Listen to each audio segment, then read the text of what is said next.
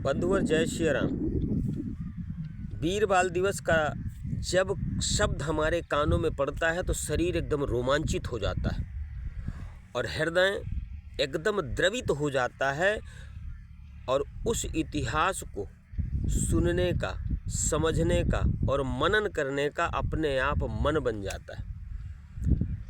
आइए प्रारंभ करते हैं वीर बाल दिवस की चर्चा।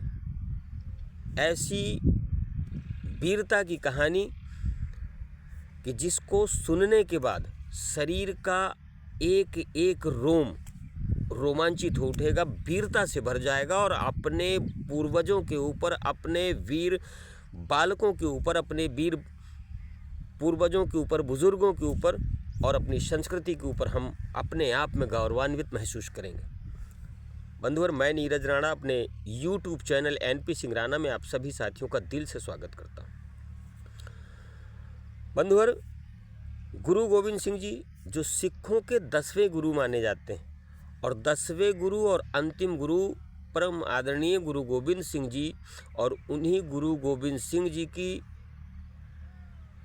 इतनी कठिन तपस्या, कठिन परिश्रम और एकदम चट्टान जैसा हृदय, चट्टान जैसी उनकी वीरता, जिसका कि कवि, साहित्यकार, लेखक, उपन्यासकार आदि जितने भी उनकी वीरता का वर्णन करते थकते नहीं। ऐसे महापुरुष की संतानें और ऐसे महापुरुष के इतिहास को सुनने का, बोलने का, समझने का हम और आप लोगों को सानिध्य प्राप्त हो रहा है। हम और आप लोग अपने आप को गौरवान्वित क्यों नहीं महसूस करेंगे, है मित्रों। औरंगजेब जैसा मुगलिया आक्रांता जब हिंदुस्तान को तलवार की नोक पर प्रत्येक व्यक्ति को मुस्लिम बनाने का प्रयास कर रहा था, उस समय गुरु गोविंद सिंह जी ने औरंगजेब को धूल चटाई थी। टूटे नहीं, झुके नहीं, घुटने नहीं टेके और बड़ी वीरता के साथ, बड़े साहस के साथ गुरु गोविंद सिंह जी मुगलों से मोर्चा लेते रहे। एक दिन की घटना है कि मुगलों का जो गवर्नर था उसका नाम था वजीर खान। वजीर खान ने अपने रसोइया को हिदायत दी और आदेश किया, और वो रसोइया इतना नमक हराम था कि अपने ही हिंदुस्तानी भाई की मुखबिरी करने के लिए राजी हो गया। और उसकी मुखबिरी से, उसकी साजिश से गुरु गोविंद सिंह जी के दो साहबजादे, जिनका कि क्रमशः नाम है बाबा फतेह सिंह जी और बाबा जोरावर सिंह जी, ऐसे श्रद्धेय बच्चों का नाम, ऐसे श्रद्धेय बुजुर्गों का नाम, ऐसे श्रद्धेय वीरों का नाम लेने में हमारी जबान अपने आप में गौरवान्वित हो रही। फतेह सिंह जी और जोरावर सिंह जी को उसने तलवार की नोक पर धर्म परिवर्तन करने के लिए कहा, लेकिन बच्चे अपनी संस्कृति, अपनी मातृभूमि की मर्यादा को बचाने के लिए, लाज बचाने के लिए अपने आप को उस मुगल के सामने झुकाया नहीं, घुटने नहीं टेके और एक ही शब्द पर अडिग रहे कि हम अपनी मातृभूमि के लिए मर जाएंगे, मिट जाएंगे, लेकिन मुगल नहीं बनेंगे, तेरे सामने घुटने नहीं टेकेंगे। उन दोनों बच्चों को उस मुगल ने बड़ी बेरहमी के साथ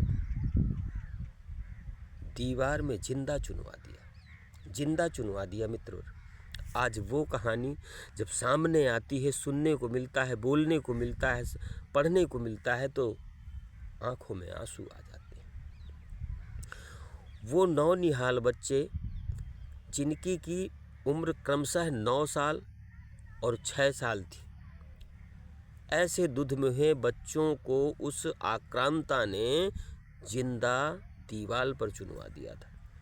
और जो उनका रसोइया था ना, वो नमक हराम, उसका नाम था गंगू।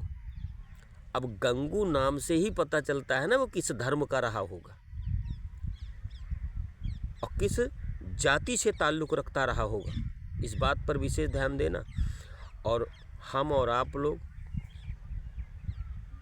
उन महान बच्चों की, महान वीरों की शहादत को भुलाए बैठे हैं और आज उन्हीं मुगलों के हम तलवे चाट रहे हैं, जिन्होंने हमारे वीर बच्चों को जिंदा चुनवा दिया, हमारी माताओं बहनों को जौहर करने के लिए मजबूर कर दिया, हमारी मातृभूमि पर अपने क्रूरता का ध्वज मातृभूमि के सीने पर गाड़ करके उसी के नीचे, उसी की छत्र छाया में बैठ करके हमारे ऊपर शासन किया। ऐसे व्यक्तियों की हम गुलामी कर रहे हैं। अरे धिक्कार है उस माँ भारती के ऐसे नमक हराम सपूतों को कि जो अपनी माँ को माँ कहने से शर्मिंदगी महसूस करता है और दूसरे के माँ बाप को अपना माँ बाप बना करके उनकी पूजा करता है। धिक्कार है ऐसे बेटे को, ऐसे पुत्र को, ऐसी जनता को, ऐसे लोगों को। बंधुवर, वीडियो बहुत बड़ा बन जाएगा। निवेदन करूँगा कि हम अपने पूर्वजों की शहादत को, अपने वीरों की शहादत को, अपने भाइयों की शहादत को, अपने क्रांतिकारियों की शहादत को, उनके बलिदानों को कभी भूले मत और जितना हो सके माँ भारती के चरणों में अपने आप को समर्पित करने का पूरा प्रयास करें। आगे प्रभु की मर्जी, माँ भारती की इच्छा। जय जय सिया राम।